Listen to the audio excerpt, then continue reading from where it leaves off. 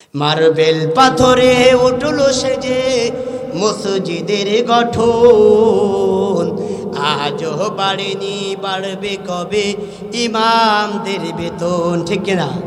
Marble পাথরে উঠল সেজে মসজিদের গঠন, আজও বাড়েনি বাড়বে কবে ইমামদের বেতন। মসজিদের পাশে মাহফিল করি বক্তায়ানিয়া, ইমামকে রাখি বংশে সভাপতি বানাইয়া। ঠিক কিনা? মসজিদের পাশে মাহফিল করি বক্তায়ানিয়া, ইমামকে রাখি বংশে সভাপতি বানাইয়া। ওই মাহফিলে দেখো, ওই মাহফিলে দেখো লক্ষ টাকার কত আয়োজন, আজও বাড়েনি বাড়বে কবে ইমামদের বেতন। আমি চাকরি করি ব্যবসা করি লাখ টাকা কামাই, রাজার হালতে জীবন কাটাই সুখের সীমানায়। আমি চাকরি করি ব্যবসা করি লাখ টাকা কামাই, রাজার হালতে জীবন কাটাই সুখের সীমানায়। তুমি যার পিছনে নামাজ পড়ো, তুমি যার পিছনে নামাজ পড়ো, চলে তার কেমন, আজও বাড়েনি বাড়বে কবে ইমামদের বেতন। কথা বলেন ঠিক কিনা? তোমার ছেলে মেয়ে পড়ে অনেকে দাবি স্কুলে, 10,000 টাকা বেতন লাগে প্রতি মাসে। ঠিক কিনা বলেন? আপনারা বলেছেন ইমাম সাহেবদের বেতন 6,000 7,000, কিন্তু আমি গজলের ভিতরে বলতেছি আপনার ছেলেমেয়ের হাত খরচ লাগে শুধু 10,000। ঠিক কিনা? তোমার ছেলে মেয়ে পড়ে অনেকে দামি স্কুলে, 10,000 টাকা বেতন লাগে প্রতি মাসে। ইমামের ছেলে, ইমামের ছেলের স্বপ্ন পূরণ হবে ভাই কেমন, আজও বাড়েনি বাড়বে কবে ইমামদের বেতন। পৃথিবীর সেরা চাকরিজীবী মসজিদের ইমাম, এ কথা কি আপনারা মানেন? পৃথিবীর সেরা চাকরিজীবী মসজিদের ইমাম, জন্মিলে ইমাম মরলে ইমাম বিয়েতে ইমাম। ঠিক কিনা বলেন? পৃথিবীর সেরা চাকরিজীবী মসজিদের ইমাম, জন্মিলে ইমাম মরলে ইমাম বিয়েতে ইমাম। ইমামকে নিয়া, ইমামকে নিয়া করি না কেউ সঠিক মূল্যায়ন, আজও বাড়েনি বাড়বে কবে ইমামদের বেতন। মার্বেল পাথরে উঠল সেজে মসজিদের গঠন, আজও বাড়েনি বাড়বে কবে ইমামদের বেতন। ঠিক কিনা? 9টা গুণ বিশিষ্ট মানুষদের ভিতরে, নারী হোক কিংবা পুরুষ হোক, শিক্ষক হোক ছাত্র হোক, তারপরে রাজনৈতিক দলের নেতা হোক কর্মী হোক, যে যে দলের যে যে মতের লোক হোক না কেন, যদি কেউ 9টা শ্রেণীর ভিতরে যদি ধাপিত হতে পারে, 9টা গুণ যদি কারোর ভিতরে উঠে যায় থেকে থাকে, 9টা গুণ 9টা বৈশিষ্ট্য যদি কারোর ভিতরে থাকে, নবী আমি আল্লাহ তাআলা তাদের নামটা জাহান্নামের খাতা থেকে কেটে দিয়ে আমি আল্লাহ তাআলা তাদেরকে জান্নাতীদের খাতায় নামটা উঠায় দেব। বলি সুবহানাল্লাহ, আরো জোরে বলি সুবহানাল্লাহ। আমরা সবাই জান্নাতে যেতে চাই, ঠিক কিনা? আরো জোরে বলতে হবে। আমরা সবাই কোথায় যেতে চাই? জান্নাতে যাওয়ার জন্য এই রাত পর্যন্ত আমরা এই মাহফিলে বসেছি, অন্য কোনো উদ্দেশ্য কিন্তু আমাদের নয়।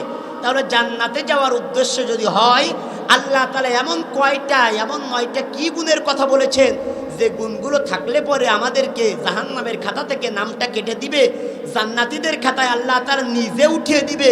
এই গুণগুলো সম্পর্কে আলোচনা শোনার দরকার আছে না নাই? আসুন, সেই গুণগুলো কি? আল্লাহ তাআলা বলতেছে, নবী আত-তাইবুন, তারা হবে তওবাকারী।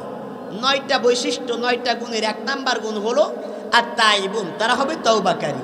আল আবিদুন তারা হবে ইবাদতকারী, আস-সাইহুন তারা হবে প্রশংসাকারী, আর রাকিউন তারা হবে রুকুকারী, আস-সাইহুন তারা হবে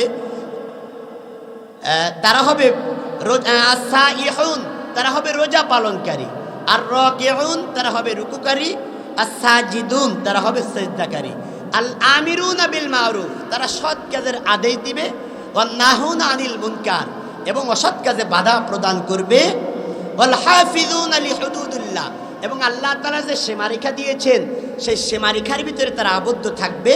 ওয়াবাশশিরিল মুমিনিন নবী আপনি মুমিনদেরকে জান্নাতের সুসংবাদ শুনিয়ে দিন, বলি সুবহানাল্লাহ। তাহলে আমি তেলাওয়াত করেছি সূরা তাওবা থেকে। সূরাটার নাম হলো তাওবা। এই সূরার আর একটা নাম রয়েছে, সেটার নাম হলো বারাআত। এই সূরা পবিত্র কোরআনে কারিমের 9 নম্বর সূরা। মোট আয়াত রয়েছে 129টা। আমি আয়াতে কারিমা তেলাওয়াত করেছি 112 নম্বর আয়াত।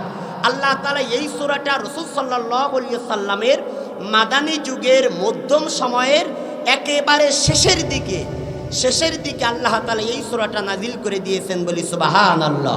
যেহেতু আমি সূরাটা তেলাওয়াত করেছি তাওবা এবং যে 9টা গুণের কথা আমি বলেছি, 1 নাম্বার গুণ হলো আত-তাইবুন তারা হবে তওবাকারী। তওবাকারীদেরকে আল্লাহ তাআলা জান্নাতের সুসংবাদ দিচ্ছেন। আমি 9টা গুণের কথা বলতে পারবো না, একটা গুণ নিয়ে আলোচনা শুরু করব। আল্লাহ তাআলা যতটুকু কবুল করবে ততটুকু আমি বলার চেষ্টা করব ইনশাআল্লাহ। তাহলে সূরাটার নাম হলো সূরা তাওবা। আমি যে 9টা গুণের কথা বলেছি, আল্লাহ তাআলা 1 নাম্বার গুণের কথা বলতেছেন আত-তাইবুন তারা হবে তওবাকারী। ওগো নবীজি, দুনিয়াতে যারা তওবাকারী হবে আপনি তাদেরকে সুসংবাদ শোনায়া দেন। ওই সমস্ত মানুষদের নামগুলো আমি আল্লাহ পাক রব্বুল আলামিন জাহান্নামীদের খাতা থেকে কেটে দিয়ে আমি আল্লাহ তাআলা জান্নাতীদের খাতায় উঠায় দেব, বলি সুবহানাল্লাহ।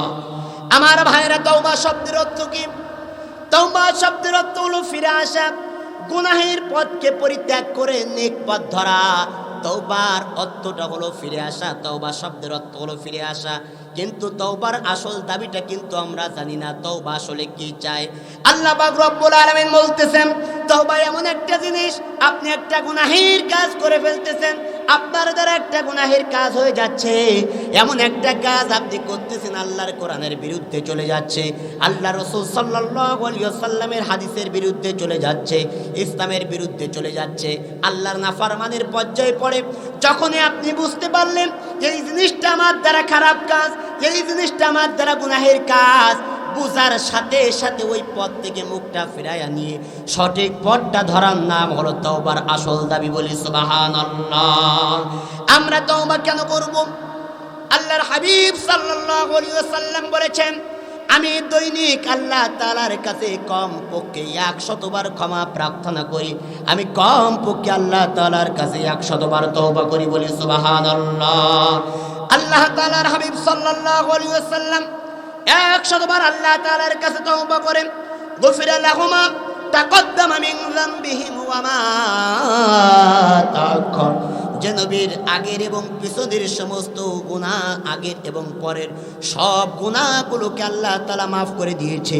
ওই নবী যদি দিনে 100 বার তওবা করতে পারে, ও সনাতনের সোনার মানুষগুলো, আল্লাহ তাআলার হাবিবের যদি কোনো গুনাহ না থাকলেও যদি বিশ্ব নবী যদি দৈনিক 100 বার তওবা করতে পারে, তাহলে আমাদেরও তওবা করার দরকার আছে না নাই? আল্লাহর হাবিব সাল্লাল্লাহু আলাইহি ওয়াসাল্লাম বলেন, তওবার দ্বারা আল্লাহ তাআলার সব থেকে কাছের বান্দা হওয়া যায়, আল্লাহ তাআলার কাছে সম্মানিত বান্দা হওয়া যায়। তওবা সম্পর্কে আল্লাহ তাআলা সূরা তাহরিমের 8 নম্বর আয়াতে কারিমার ভিতরে ঘোষণা করে দিচ্ছেন, ইয়া আইয়ুহাল্লাযীনা আমানু তুবু ইলাল্লাহি তাওবাতান নাসুহা আসা ربكم أن يكفر عنكم سيئاتكم ويدخلكم جنات تجري من تحتها الأنهار। الله أكبر বলেন। আল্লাহ রাব্বুল আলামিন বলেন, মুমিনগণ তোমরা আল্লাহ তাআলার নিকট তওবা করো, বিশুদ্ধ তওবা। প্রশ্ন করেন আল্লাহ, আমরা যদি তওবা করি আল্লাহ তুমি আমাদেরকে কি দিবা? আল্লাহ তাআলা সূরা তাহরিমের 8 নম্বর আয়াতে কারিমার ভিতরে বলতেছেন, তোমরা যদি আমার কাছে তওবা করতে পারো আমি রব্বুল আলামিন তোমাদের জীবনের तमाम গুনাহগুলোকে maaf করে দিব। বলি সুবহানাল্লাহ। এবং আমি তোমাদেরকে এমন একটা জান্নাতের ভিতরে দাখিল করে দিব যে জান্নাতের নিচ দিয়ে জান্নাত দ্বারা প্রবাহমান থাকবে। আমার ভাইরা, যদি আজকে যদি এই মাহফিলের ময়দানে বসে যদি আমরা আল্লাহ তাআলার কাছে তওবা করতে পারি, আল্লাহ পাক রব্বুল আলামিন আমাদের দুইটা প্রতিদান দিবেন। একটা প্রতিদান হলো আপনার আমার পিছনের গুনাহগুলো maaf করে দিবে, আর একটা প্রতিদান হলো মৃত্যুর পর আল্লাহ তাআলা আপনার আমার জান্নাতে স্থান দিবে। বলি সুবহানাল্লাহ। আল্লাহ তাআলা ঘোষণা করে দিচ্ছেন, وهو الذي يقبل التوبة عن عباده ويعفو عن السيئات ويعلم ما تفعلون। আল্লাহ তাআলা বলেন তিনি তার বান্দাদের তওবা কবুল করেন, পাপ মোচন করেন এবং তোমরা যা করো তা তিনি জানেন। আল্লাহ তাআলা বলতেছেন তিনি তার বান্দাদের তওবা কবুল করেন। তাহলে তওবা কবুল করার মালিক কে? আমার ভাইরা, বুঝে শুনে জবাব দিতে হবে। তওবা কবুল করার মালিক কে? আপনার আমার হায়াতের মালিক কে? আপনার আমার মউতের মালিক কে? আপনার আমার রিজিকের মালিক কে? আল্লাহ তাআলাকে কিন্তু অনেক মানুষ রিজিকের মালিক মানে না। আপনার মতো আমার মতো কত মানুষ রিজিকের চিন্তা করে আল্লাহ তাআলার নাফরমানি করে। মসজিদের ইমাম সাহেবগুলো মসজিদের মেম্বারে বসে সঠিক কথাগুলো বলে না, একটাই কারণ, আমি যদি মসজিদের মেম্বারে বসে ইমাম সাহেব যদি সঠিক কথাগুলো বলে, সভাপতি সুদখোর, সেক্রেটারি ঘুষখোর, আমার চাকরি থাকবে না। আর যদি আমার চাকরি না থাকে তাহলে আমি কি করব? আমার তো ইনকাম করার রাস্তাটা বন্ধ হয়ে যাবে। বুঝে থাকলে জবাব দিবেন, ইমাম সাহেব কি রিজিকের মালিক আল্লাহকে মানলো? কত বিচারকের চেয়ারটা দখল করার পরে সঠিকভাবে বিচারটা করে না, সেই চিন্তা করে আমি যতটুকু জানি বিচারটা যদি আজকে সঠিক বিচার আমি এইখানে করে দেই, আমার চাকরিটা চলে যাবে, আমার সন্তানগুলো না খেয়ে মারা যাবে। তাহলে বিচারককেও কিন্তু আল্লাহ তাআলাকে রিজিক দাতা হিসেবে মানলো না। কথা বলেন ঠিক কিনা? আপনার রিজিক কিভাবে হবে? আপনি যদি হালাল পথে চলেন, আপনার রিজিক কিভাবে হবে ব্যবস্থাটা আপনার করা লাগবে না। আল্লাহ পাক রব্বুল আলামিন আপনার আমার জন্মের আগে আপনার আমার রিজিকটা কেমন হবে, কোথায় হবে, আল্লাহ পাক রব্বুল আলামিন এইটা লিপিবদ্ধ করে দিয়েছে। কথা বলেন ঠিক কিনা? আমরা দেখেছি আমার ভাইরা, আমরা দেখেছি এই সমস্যাগুলোর পিছনে কিছু হাত রয়েছে। এক নাম্বার সমস্যাটা ছিল ইমাম সাহেব সঠিক কথাগুলো বলতে পারেনি, সমাজের বিচারকগুলো সঠিক বিচার করতে পারেনি। কেননা 5 তারিখের আগ পর্যন্ত আমরা দেখেছিলাম এদেশে 15 বছর 7 মাসের অধিক স্বৈরাচার ক্ষমতার চেয়ারে বসেছিল। কথা বলেন ঠিক কিনা? যার কারণে বিচারক সঠিক বিচার করতে পারেনি, ইমাম সাহেব সঠিক কথাগুলো বলতে পারেনি। এজন্য আজকে 5 তারিখের পরে আমরা দেখতে পাচ্ছি ইমাম সাহেবরা বুক ফুলিয়ে কথা বলছে। আপনার মতো আমার মতো মানুষ আজকে স্বাধীন মন নিয়ে, খোলা মন নিয়ে আজকে আমরা তাফসীরের ময়দানে বসেছি, আজকে আমরা কোরআনের ময়দানে বসেছি। 15 বছর 7 মাসের ভিতরে এই জালিম কি করলো? তাদের জুলুমের মাত্রা এত পরিমাণ তারা বাড়ায় দিল। এদেশের লক্ষ লক্ষ মসজিদ ছিল, কিন্তু মসজিদের মেম্বার থেকে ইমাম সাহেবদের সঠিক কথা বলার আওয়াজ ছিল না। কথা বলেন ঠিক কিনা? শুধু তাই নয়, আস্তে আস্তে করে এদেশের স্কুল, কলেজ, ইউনিভার্সিটি, বিশ্ববিদ্যালয়ের সিলেবাস থেকে রসুলের জীবনীকে তারা ছুঁড়ে ফেলে দিয়েছিল। রসুল সাল্লাল্লাহু আলাইহি ওয়াসাল্লামের জীবনীকে ছুঁড়ে ফেলে দিয়ে, বিশ্বনবী সাল্লাল্লাহু আলাইহি ওয়াসাল্লামের চরিত্রকে ছুঁড়ে ফেলে দিয়ে তারা দারুণের মতবাদ শিক্ষা দিত।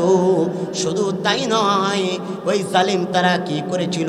এদেশের একজন বেধর্মী তার ধর্মীয় উৎসব স্বাধীনভাবে পালন করতে পারে, কিন্তু মুসলমানদের ধর্মীয় উৎসবে হস্তক্ষেপ করতো তারা।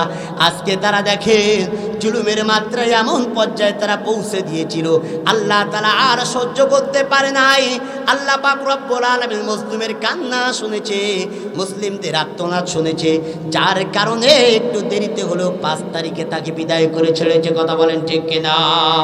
আমার ভাইরা, আমি বলতেছিলাম আল্লাহ পাক রব্বুল আলামিন আমি তওবা নিয়ে কথা বলতেছিলাম, তওবা করলে কি হয় আল্লাহ তাআলা বলতেছেন পবিত্র কোরআনে কারীমের সব থেকে আশা সঞ্চারক আয়াত মনে হয়েছে আমার কাছে এইটা, ইল্লা মান তাবা ওয়া আমানা ওয়া আমিলা আমালান সালিহান ফাউলাইকা ইউবাদদিলুল্লাহু সাইয়্যাতিহিম হাসানাত ওয়া কানাল্লাহু গফুরুর রহিম। আল্লাহু আকবার বলেন।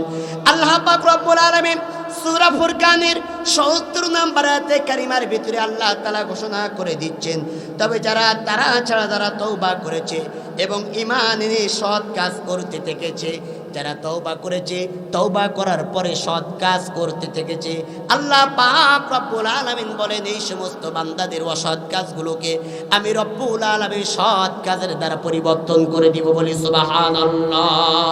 আমার ভাইরা বাড়িতে যাবেন, পবিত্র কোরআনে কারিমটা খুলবেন, সূরা ফুরকানের ৭০ নাম্বার আয়াতটার দিকে লক্ষ্য করবেন। আপনি গুনাহ করেছেন ২০ বছর যাবত, আপনি ২০ বছর নামাজ আদায় করতে পারেন নাই, আল্লাহ তাআলার হুকুম আপনি পালন করতে পারেন নাই। আপনি এখন বুঝতেছেন আমার দ্বারা আল্লাহর নাফরমানি হয়ে গিয়েছে, আমার দ্বারা অনেক বড় বড় গুনাহের কাজ হয়ে গিয়েছে, এখন আমি ফিরে আসতে চাই, আমি এখন তওবা করতে চাই। আপনি তওবার আসল দাবিটা মেনে যদি আপনি তওবা করতে পারেন, আল্লাহ তাআলা বলতেছেন ২০ বছর তুমি গুনাহ করেছো বান্দা, আর তোমার আমলনামা ওই সময় ২০ বছরের গুনাহ থাকবে না। তুমি যদি তওবা করে ফিরে আসতে পারো, তোমার আমলনামায় আমি ২০ বছরের নেকি দিয়ে পরিপূর্ণ করে দেব। বলি সুবহানাল্লাহ। আরো জোরে বলি সুবহানাল্লাহ। আল্লাহ তাআলা বলতেছেন কেমন গুনাহগার তুমি, এমনকি তুমি যদি জিনা করে ফেলো, আল্লাহ তাআলা বলতেছেন একজন জিনাকার যদি আমার কাছে দোয়া করে, যদি তওবা করে ফিরে আসে, আমি রব্বুল আলামিন আমার কোরআনে বর্ণিত যে বিধান তার উপরে দিলাম, এই বিধানটা আরোপ করার পরে যদি সে আমার কাছে ফিরে আসে, আমি রব্বুল আলামিন একজন জিনাকারকেও ক্ষমা করে দেব। বলি সুবহানাল্লাহ। আমার ভাইরা, 1971 সালে দেশ স্বাধীন হয়েছিল। স্বাধীনতার পর থেকে এই পর্যন্ত কত মানুষ দেশ চালাইলো আমরা দেখলাম। জেনার বিরুদ্ধে, ধর্ষণের বিরুদ্ধে কত আইন তারা সংসদে করলো, কিন্তু ধর্ষণ মুক্ত দিন, ধর্ষণ মুক্ত রাত কি আমরা পেয়েছি কখনো? আমরা পাইনি। কেন পাইনি? কেন পাইনি? কারণ হলো একটাই, আল্লাহ তাআলা যে বিধান দিয়েছেন ধর্ষণ সম্পর্কে, সেই বিধান অনুযায়ী ধর্ষকের বিচার হয় না। কথা বলেন ঠিক কিনা? এদেশে এমন একটা দেশ আমরা দেখেছি 100 মেয়েকে ধর্ষণ করে ক্যাম্পাসে মিষ্টি বিতরণ করে সোনার ছেলে উপাধি দিয়েছে। কথা বলেন ঠিক কিনা? শুধু তাই নয়, একজন স্বামীকে বেঁধে রেখে স্বামীর সামনে স্ত্রীকে ধর্ষণ করেছে, সন্তানদের সামনে স্ত্রীকে ধর্ষণ করেছে, ভাইয়ের সামনে তার বোনকে ধর্ষণ করেছে। এই রকম দৃশ্য আমরা দেখতে ভুল করিনি। কথা বলেন ঠিক কিনা? এই ধর্ষক জেলখানায় গিয়েছে, এক পাশ দিয়ে গিয়েছে, অন্য পাশ দিয়ে তারা বাহির হয়েছে। কথা বলেন ঠিক কিনা? এর কারণ হলো একটাই, আল্লাহ তাআলা বলতেছেন ধর্ষণ করবা, তোমাদের বিচারটা আমি বলে দিচ্ছি শুনুন। আল্লাহ পাক রব্বুল আলামিন সূরা নূরের ২ নম্বর আয়াতে কারিমার ভিতরে বলতেছেন, একজন জিনাকারিনী যদি অবিবাহিত অবস্থায় যদি কেউ জিনা করে, কেউ দর্শন করে, তাহলে 2 জনকে ধরবা। 2 জনকে ধরার পরে প্রকাশ্যে 100 বেত দিয়ে আঘাত করবা, 100 বেত দিয়ে আঘাত করে তাদেরকে ছেড়ে দিবা। তারা যদি তওবা করে, আমি আল্লাহ তাআলা তাদেরকে মাফ করে দিব। কিন্তু বিবাহিত অবস্থায় যদি কেউ দর্শন করে, যদি কেউ জিনা করে, তাহলে প্রকাশ্যে তার কোমর পর্যন্ত গেড়ে দিবা। দেওয়ার পরে তোমাদের একটা প্রতিনিধি দল সেইখানে থাকবে, থাকার পরে সেইখানে তাকে পাথর মারতে থাকবে, পাথর মারতে মারতে যতক্ষণ পর্যন্ত ওই ব্যক্তির মৃত্যু না হয়, ততক্ষণ পর্যন্ত তোমরা পাথর মারতে থাকবে। এভাবে তাকে দুনিয়া থেকে বিদায় করে দিবে। তাহলে এতদিন পর্যন্ত আমরা দর্শকদের কত বিচার দেখলাম, একটা বিচার যদি দেখতে পাইতাম, একজন দর্শককে ধরলো, ধরার পরে তাকে প্রকাশ্যে মাটিতে কোমর পর্যন্ত গেড়ে দিল, দেওয়ার পরে সবাই তাকে পাথর মেরে হত্যা করবে। আমার তো মনে হয় দর্শকের বিরুদ্ধে এত আইন করা লাগতো না। সূরা নূরের 2 নম্বর আয়াত অনুযায়ী যদি এদেশের সংসদে যদি দর্শকের বিচার হতো, আর যদি সমস্ত চ্যানেল স্যাটেলাইট বারবার প্রচার করত, সনাতনে একজন দর্শন করেছে, তার বিচার হচ্ছে মৃত্যুদণ্ড, তোমরা সবাই দেখো, এটা যদি সব জায়গায় প্রচার করা হতো, তাহলে আজকে চুয়াডাঙ্গা জেলা না, টেকনাফ থেকে তেঁতুলিয়া, রূপসা থেকে পাথুরিয়া, সুন্দরবন থেকে বান্দরবন পর্যন্ত ৫৬,০০০ বর্গ মাইলের ভিতরে একটা ধর্ষণ তো দূরের কথা, এ সমাজের যুবকদের স্বপ্নদোষ পর্যন্ত বন্ধ হয়ে যেত। কথা বলেন ঠিক কিনা? আমার ভাইরা, তাহলে বলতেছিলাম আপনি তওবা করবেন, আল্লাহ পাক রব্বুল আলামিন যত বড় গুনাহ আপনি করেন না কেন আল্লাহ তাআলা আপনার ক্ষমা করে দিবে। কার তওবা কবুল হবে? আল্লাহ তাআলা বলতেছেন, ইন্নামাত তাওবাতু আলাল্লাহি লিল্লাযিনা ইয়ামালুনা সুআ বিজাহালাতিন সুম্মা তাতুবুনা মিন করিব ফাউলাইকা আলাইহিম ওয়া কানাল্লাহু আলিমান হাকীমা। আল্লাহ তাআলা বলেন, তবে একথা জেনে রাখুন, আল্লাহর কাছে তওবা কবুল হওয়ার একমাত্র অধিকার তারাই লাভ করে যারা অজ্ঞতার কারণে কোনো খারাপ কাজ করে ফেলে এবং তারপরে অতি দ্রুত তওবা করে দেয়। অজ্ঞতার কারণে একটা খারাপ কাজ আপনি করে ফেললেন, করে ফেলার পরে আপনি যদি তাৎক্ষণিকভাবে অতি দ্রুত আল্লাহ তাআলার কাছে আপনি তওবা করে নেন, আল্লাহ পাক রব্বুল আলামিন বলতেছেন ওই ব্যক্তির তওবাকে আমি রব্বুল আলামিন কবুল করে নিব। বলি সুবহানাল্লাহ। আর কার তওবা আল্লাহ তাআলা কবুল করবে না? ইন্নাল্লাযীনা কাফারু বা'দা ঈমানিহিম সুম্মা যাদাদু কুফরান লান তুকবালা তাওবাতুহুম ওয়া উলাইকা হুমুদ দাল্লুন। সূরা আলে ইমরান 90 নম্বর আয়াতে কারিমার ভিতরে আল্লাহ বলেন, কিন্তু যারা ঈমান আনার পরে আবার কুফরের পথ অবলম্বন করে তারপর নিজেদেরকে কুফরের মধ্যে এগিয়ে নিয়ে যেতে থাকে, তাদের তওবা কখনো আল্লাহ তাআলা কবুল করবে না। বলি নাউযুবিল্লাহ। রাতের বেলায় আপনি তওবা করলেন, সকালবেলায় আবার সেই গুনাহের কাজটা করলেন, সকালবেলায় আপনি তওবা করলেন, রাতের বেলায় আপনি আবার সেই গুনাহের কাজটা করলেন, অর্থাৎ বারবার আপনি তওবা করতেছেন কিন্তু তওবার আসল দাবিটা আপনি মানতেছেন না। কিয়ামত পর্যন্ত যদি আপনার হায়াত হয়ে যায়, কিয়ামত পর্যন্ত যদি আপনি আল্লাহ তাআলার কাছে তওবা করেন, আল্লাহ পাক রব্বুল আলামিন কিন্তু আপনার আমার তওবা কবুল করবে না। বলি নাউযুবিল্লাহ। আমার ভাইরা, তবে খাস দিলে যদি কেউ তওবা করে, যত বড় গুনাহগার হন না কেন, আল্লাহ তাআলা ঘোষণা করতেছেন, কুল ইয়া ইবাদিয়াল্লাযীনা আসরাফু আলা আনফুসিহিম লা তাকনাতু মির রাহমাত। খবরদার ওগো নবীজি, তুমি বলে দাও, খবরদার আমার বান্দারা যারা গুনাহ করতে করতে যাদের দিলে মরিচা পড়ে গিয়েছে, খবরদার যারা বাড়াবাড়ি করে ফেলেছে, তারা যেন আমার রহমত থেকে নিরাশ না হয়ে যায়, তারা যেন আমার রহমত থেকে নিরাশ না হয়ে যায়। ওই সমস্ত দাগি গুনাহগাররা যদি আমার কাছে ফিরে আসে, আমি রব্বুল আলামিন তাদেরকে ক্ষমা করে দিব। বলি সুবহানাল্লাহ। আমার ভাইরা, আল্লাহ রাসূলের পিছনে নামাজ আদায় করেছে। আমি অল্প সময়ের ভিতরে আলোচনা শেষ করে দিব। আল্লাহ রাসূলের পিছনে নামাজ আদায় করেছে, আল্লাহর নবীজিকে স্বচক্ষে দেখেছে, আল্লাহর নবীজির মতো মুখে দাড়িও রেখেছে, আল্লাহর নবীর মতো মাথায় পাগড়ি বেঁধেছে, আল্লাহর নবীর মতো গায়ে পাঞ্জাবি দিয়েছে। এইরকম ধরনের মুসল্লিও কিন্তু আল্লাহর জাহান্নামে যাইতে পারে। কথা বলেন ঠিক কিনা? আমার ভাইরা, আল্লাহ রাসূল সাল্লাল্লাহু আলাইহি ওয়াসাল্লামের পিছনে নামাজ আদায় করেছে। আমি তওবা সম্পর্কে বলতেছিলাম, আল্লাহ রাসূল সাল্লাল্লাহু আলাইহি ওয়াসাল্লামের পিছনে নামাজ আদায় করেছে, মসজিদে নববীতে নামাজ আদায় করেছে। এক রাকাতে 50,000 রাকাতের সওয়াব। এইরকম মসজিদে নামাজ আদায় করেছে, রাসূলের পিছনে ইক্তেদা করেছে। এই মানুষটার মৃত্যু হয়ে গেল, নাম তার আব্দুল্লাহ ইবনে উবাই। সবার পরিচিত নাম কিন্তু এইটা, আব্দুল্লাহ ইবনে উবাই। এই ব্যক্তিটার ইন্তেকাল হয়ে গেল। আল্লাহ রাসূল সাল্লাল্লাহু আলাইহি ওয়াসাল্লাম বসে আছেন। এমন সময় আব্দুল্লাহ ইবনে উবাইয়ের সন্তান বিশ্ব নবীর কাছে চলে আসলেন। ওগো নবীজি, কাঁদতে কাঁদতে এসে বলতেছেন, ওগো নবীজি, আমার আব্বা আব্দুল্লাহ ইবনে উবাই দুনিয়া থেকে বিদায় নিয়েছে। আব্দুল্লাহ ইবনে উবাইর সন্তানের নাম হলো আব্দুল্লাহ। কাঁদতেছে আর বলতেছে, আল্লাহর নবী আব্দুল্লাহকে সান্ত্বনা দিচ্ছে, বলতেছে, আব্দুল্লাহ তুমি শোনো, তোমার বাবা ইন্তেকাল করেছে, আমি এমন একজন নবী, আমার বাবার চেহারাটা কেমন আমি দেখি নাই। সান্ত্বনা দিচ্ছে আল্লাহর নবীজি আব্দুল্লাহকে, সান্ত্বনা দিয়ে বলতেছে, দুনিয়াতে একদিন তুমিও আমি একদিন দুনিয়াতে থাকবো না। আব্দুল্লাহ বলতেছে, ওগো নবীজি, আমার আব্বা ইন্তেকালের আগে আপনার কাছে আমার আব্বা 3টা ওসিয়াত করে গিয়েছে।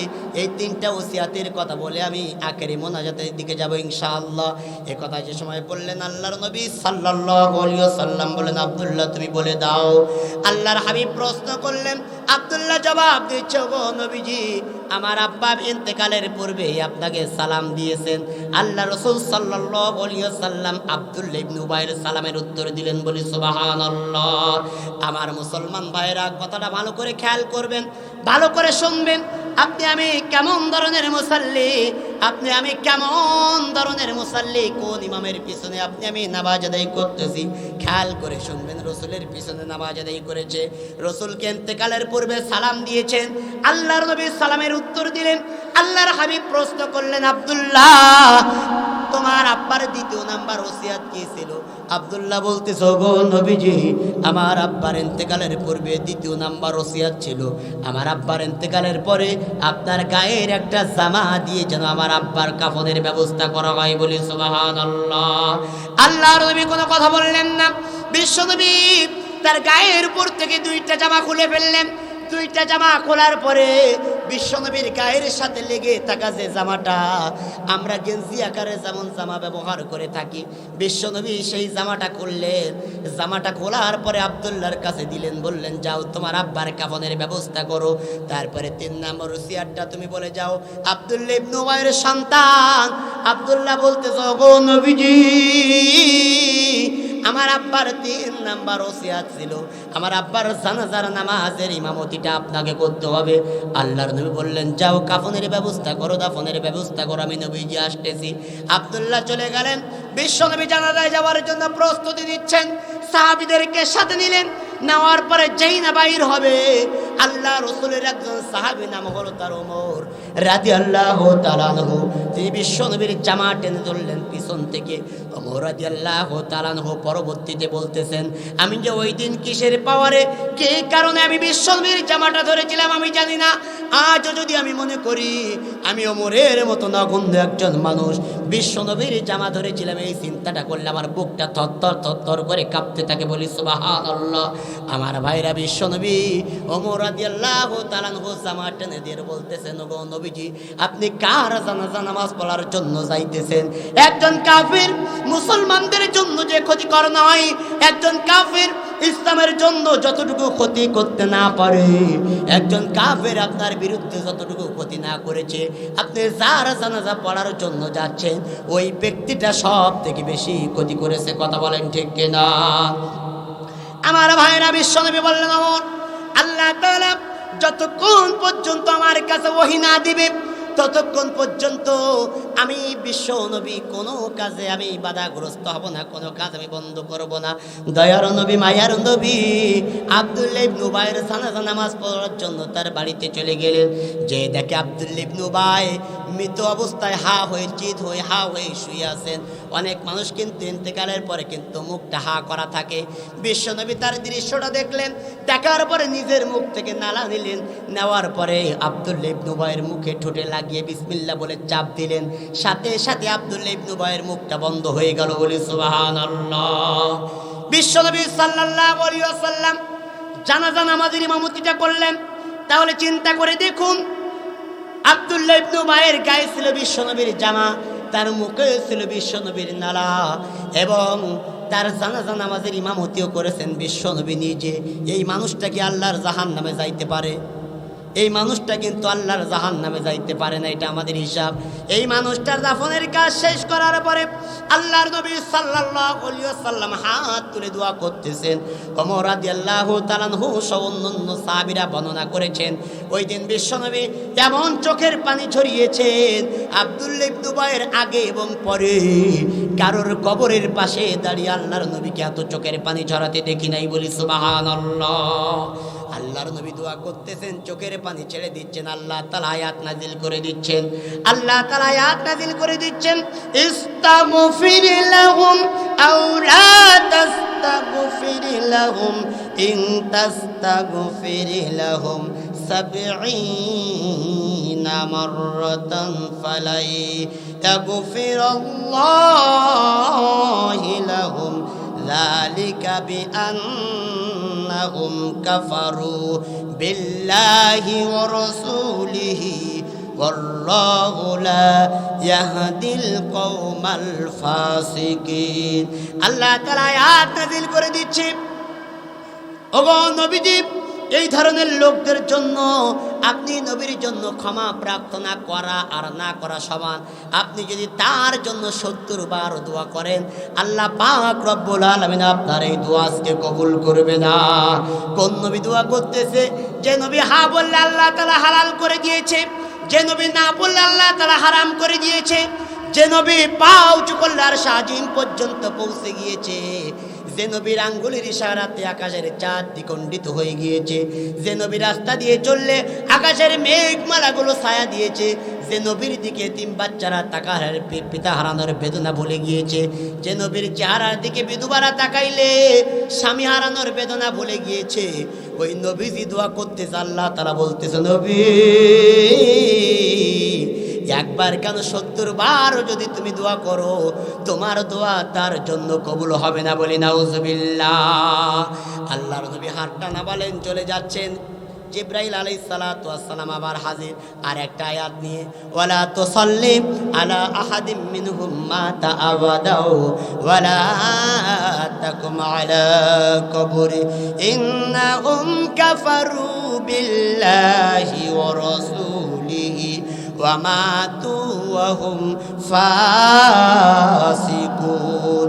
আর আগামীতে তাদের মধ্যে কেউ মারা গেলে জানাজা নামাজ তো নবী দূরের কথা, ওগো নবীজি আপনি তাদের কবরের পাশেও দাঁড়াবে না। বলি নাউজুবিল্লাহ। অপরাধ হলে একটাই, সে চাইতো না বিশ্ব নবী রাষ্ট্রপ্রধান হোক, সে চাইতো না আল্লাহর কোরআন দিয়ে বিচার ফয়সালা হোক, সে চাইতো না এদেশের সংবিধান হোক আল কোরআন। আর সব কিছু ছিল, নামাজ ছিল, রোজা ছিল, হজ ছিল, যাকাত ছিল, যত আমল সব কিছু ছিল, শুধু চাইতো না খেলাফতটা প্রতিষ্ঠিত হোক। এজন্য আমার সামনে যারা বসে আছেন, মুখে দাড়ি আছে, মাথায় টুপি আছে, গায়ে পাঞ্জাবি আছে, ইবাদত বন্দেগী আপনার কোনো দিক থেকে কমতি নাই, কিন্তু এই রকম চরিত্রের অধিকারী যদি আপনি আমি হয়ে যাই, আল্লাহর দিন প্রতিষ্ঠিত হোক, আল্লাহর কোরআন দিয়ে বিচার ফয়সালা হোক, এটা যদি আপনি আমি কেউ কামনা না করি, এটা যদি আপনি আমি কেউ না চাই, বরং সে তো শুধু চাইতো না, এমন লোকের অভাব না, চাই না তো চাই না, বরং যারা চায় আজকে আমরা তাদের বিরুদ্ধে অবস্থান নেই। কথা বলেন ঠিক কিনা? সে তো শুধু চাইতো না, আর বর্তমানে আমরা চাই না তো চাই না, বরং যারা চাচ্ছে আল্লাহর কোরআন দিয়ে বিচার ফয়সালা করা হোক, আল্লাহর কোরআন দিয়ে দেশটা পরিচালনা করা হোক, আজকে আমরা তো চাচ্ছি না, বরং যারা চাচ্ছে তাদের বিরুদ্ধে আমরা হামলা করতেছি, তাদের বিরুদ্ধে আমরা মামলা দিচ্ছি, তাদের বিরুদ্ধে আমরা মিথ্যা সাক্ষী দিচ্ছি, এমনকি তাদেরকে আমরা ফাঁসির দড়িতে ঝুলিয়ে মারতেছি। কথা বলেন ঠিক কিনা? তাহলে তার বিরুদ্ধে যদি আল্লাহ তাআলা একটা কঠোর নির্দেশনা আসতে পারে, সে যদি আল্লাহর জান্নাতে না যাইতে পারে, আপনি কোন চিন্তায় বসে থাকেন এটাই তো আমার বুঝে আসে না। আসুন, আমি তওবা সম্পর্কে বলতেছিলাম, আমি লক্ষ্য করে দেখছি যে সন্ধ্যা থেকে এই পর্যন্ত আপনারা অনেক ধৈর্য সহকারে বসেছেন, আর ধৈর্য হয়তো অনেকেই চলে যাচ্ছেন, অনেকে চলে যাওয়ার জন্য প্রস্তুতি নিচ্ছেন, বসে আছেন। আমি মুসাফির মানুষ, দোয়া করব, মুসাফিরদের দোয়া আল্লাহ তাআলা কখনো ফিরিয়ে দেন না। আমার ভাইরা, আমি আপনাদের কাছে আমি কিছু কথা বলতে চাই, এ কারণেই বলতে চাই, আমরা যুগে যুগে আমরা দেখেছি যখনই বাতিল এসেছে, তখনই আল্লাহ তাআলা সত্য দিয়ে, হক দিয়ে সে বাতিলকে দুনিয়া থেকে চিরতরে বিদায় করে ছেড়েছে। কথা বলে ঠিক কিনা? আজকে তারা এমনভাবে চলতেছিলেন, এমনভাবে দেখাচ্ছিলেন, কত মানুষ আপনার আবার সামনে ডানে বামে কত মানুষ বুকে হাত দিয়ে মুখ ফুলিয়ে তারা বলেছে যে 41 সালের আগে আমাদের কেউ নামাতে পারবে না। ঠিক কিনা বলেন? আমার ভাইরা, ইতিহাস আমরা বলে যাই না, আল্লাহ তাআলা কোরআনের ভিতরে বলেছেন, আকুল জাগাল হক জাহাকাল বাতিল ইন্নাল বাতিল কানা যাহুকা। সত্য এসে গেছে, মিথ্যা বিলুপ্ত হয়ে গেছে, আর মিথ্যা তো বিলুপ্ত হওয়ারই কথা বলেন ঠিক কিনা? ইতিহাস বলে গেলে চলবে না। যেই জমিনে ইউসুফ আলাইহিস সালামের রক্ত ঝরেছে, ওই জমিনে কিন্তু জুলাইখার পতন হয়েছে। কথা বলেন ঠিক কিনা? যেই জমিনে মূসা আলাইহিস সালাতু ওয়াস সালামের রক্ত ঝরেছে, ওই জমিনে ফিরআউনের পতন হয়েছে। যেই জমিনে আমাদের জাতির পিতা ইব্রাহিম আলাইহিস সালাতু ওয়াস সালামের রক্ত ঝরেছে, ওই জমিনে কিন্তু নমরুদের পতন হয়েছে। কথা বলেন ঠিক কিনা? যেই জমিনে আমাদের কলিজা বিশ্বনবী সাল্লাল্লাহু আলাইহি ওয়াসাল্লামের রক্ত ঝরেছে, ওই জমিনে কিন্তু আবু জেহেলের পতন হয়েছে। কথা বলেন ঠিক কিনা? সুতরাং এটা হলো শাহজালালের ভূমি, শাহপরানের ভূমি, শাহ মাকতুমের ভূমি। এই জমিনে মুসলমানদের রক্ত ঝরেছে, আলেম ওলামার রক্ত ঝরেছে। চোর দুর্নীতিবাজ বাটপাররা স্বাধীনভাবে ঘুরে বেড়াইতো, কোরআনের মুফাসসিরগুলো জেলখানার ভিতরে থাকতো। কথা বলেন ঠিক কিনা? জুলুমের মাত্রা এমন পর্যন্ত পৌঁছে গিয়েছিল, একজন মায়ের কোল থেকে তার সন্তানকে কেড়ে নিতে তারা দ্বিধাবোধ করেনি, একজন স্ত্রীকে তারা বিধবা করে স্বামীকে কেড়ে নিতে দ্বিধাবোধ করেনি, একজন সন্তানকে তার পিতার কাছ থেকে কেড়ে নিতে তাকে এতিম বানাতে দ্বিধাবোধ করেনি, যার কারণে এই জমিনে জালিমের পতন হয়েছে। কথা বলেন ঠিক কিনা? আমার মুসলমান ভাইরা, আজকের এই তাফসীর মাহফিল থেকে বিপ্লবী সরকারকে আমরা বলতে চাই, আপনি বিপ্লবী সরকার, আপনি কিন্তু বাদের জোয়ারে বেশি আসেন নাই, আমাদের রক্তের উপরে দাঁড়িয়ে কিন্তু আপনি রাষ্ট্র পরিচালনা করতেছেন। কথা বলেন ঠিক কিনা? আমরা তার কাছে অনুরোধ করব, আপনি মাজা সোজা করে বসুন এবং 17 বছর যারা আমাদের উপরে জুলুম করেছে, মিথ্যা হামলা করেছে, মিথ্যা মামলা দিয়েছে, আমাদেরকে বাড়ি ছাড়া করেছে, ঘর ছাড়া করেছে, দেশ ছাড়া করেছে, আলেমদেরকে যারা ফাঁসির তলিতে ঝুলিয়েছে, আপনি তাদেরকে বিচারের আওতায় আনুন। একটা কুলাঙ্গারও যেন আমাদের হাত থেকে যেন বাঁচতে না পারে। কথা বলেন ঠিক কিনা? আমার ভাইরা, আজকের তাফসীর মাহফিল থেকে আমরা বিপ্লবী সরকারের কাছে এই অনুরোধ করতে চাই। কথা বলেন ঠিক কিনা? আসুন আজকের এই তাফসীর মাহফিলটা যেন আল্লাহ পাক রব্বুল আলামিন যেন আমাদের আখিরাতের পাথর হিসেবে যেন কবুল করেন। আমরা সকলেই বলছি আমিন। এখনই দোয়া হবে, দোয়ার পূর্বে